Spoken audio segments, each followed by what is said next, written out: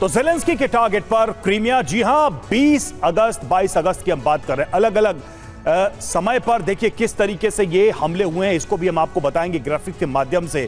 तो serial drone attack किए गए और 2 ड्रोन से हमले की कोशिश की गई। ये वो तारीखें हैं जब ड्रोन के जरिए ये हमले किए गए।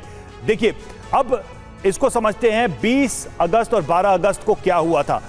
S-200 से मिलिट्री बेस पर हमला किया गया और ब्रिज पर 14 ड्रोन, 2 मिसाइल दागे गए। ये जो आप ग्राफिक्स के माध्यम से दिखा रहे हैं हम आपको, अलग अलग तारीखें, 30 अगस्त, 1 अगस्त, 5 अगस्त, 12 अगस्त, 20 अगस्त और 22 अगस्त और 30 अगस्त, अलग अलग तरीके से ये क्रीमिया पर हमले किए गए। ये देखिए 1 अगस्त की जो हम बात कर रहे हैं, नेवल बेस को निशाना बनाया गया। 5 अगस्त को रूसी टैंकर पर ड्रोन से अटैक किया गया। 12 अगस्त को ब्रिज पर अटैक किया गया और 14 ड्रोन इस पर अटैक किए गए। 14 ड्रोन के माध्यम से हमला किया गया, 2 मिसाइल अटैक किया गया और 20 अगस्त को S-200 से मिलिट्री बेस को निशाना बनाया गया। 22 अगस्त को 2 ड्रोन से हमले किए गए और 30 अगस्त की बात करें, सीरियल ड्रोन अटैक हुआ है, जो फ्रेश अटैक हुआ है हम उसकी बात कर रहे हैं। तो ये एक क्रीमिया का पूरा अटैक प्लान था और जो दिखाई दे रहा है कि पूरा एक सीक्वेंस नजर आ रहा है इस अगस्त के महीने में।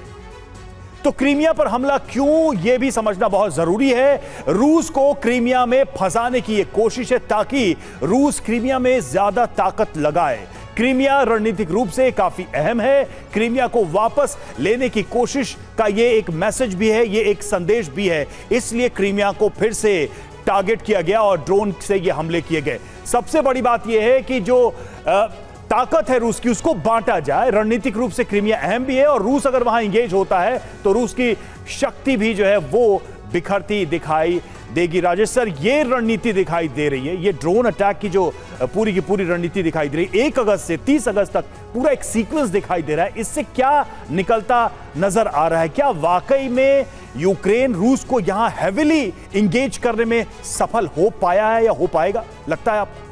देखिए, उनका जो काउंटर ऑफेंसिव था वो डिफेंसिव फोर्सेस की चलते हुए काफ़ी बॉकडाउन हो गया था।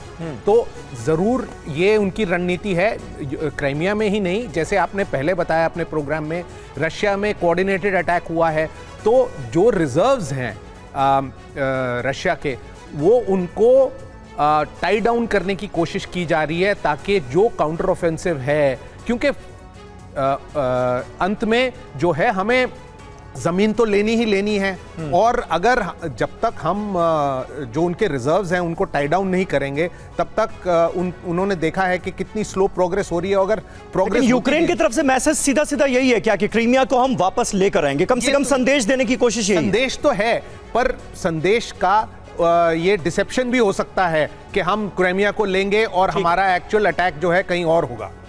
ठीक है, ये स्ट्रैटेजी भी हो सकती है। लेकिन देखिए, इस बीच एक अहम खबर, रूस के स्कोप में ड्रोन हमले का वीडियो अब हमारे पास आ गया है। रूस के पश्चिमी शहर स्कोप पर हमला किया गया है और सैन्य और हवाई अड्डों को निशाना बनाया गया है। टारगेटेड अटैक इसे आप कह सकते हैं। रूस भी ये मान रहा है। यूक्रेनी हमले के बाद यहां पर आग लग गई। 4 IL-76 सैन्य विमान क्षतिग्रस्त हुए हैं। ये रूस ने जानकारी दी है, यानी यूक्रेन की तरफ से रूस के अंदर घुसकर इन हमलों को जिस अंदाज में अंजाम दिया गया है, उसके बाद रूस को जबरदस्त नुकसान का सामना करना पड़ा है और इन ताजा हमलों में हुए नुकसान की पुष्टि रूस की तरफ से कर दी गई है। ताजा जो ड्रोन अटैक हुआ है स्कोप में, उसकी एक्सक्लूसिव तस्वीरें इस वक्त TV9 भारतवर्ष आपको दिखा रहा है।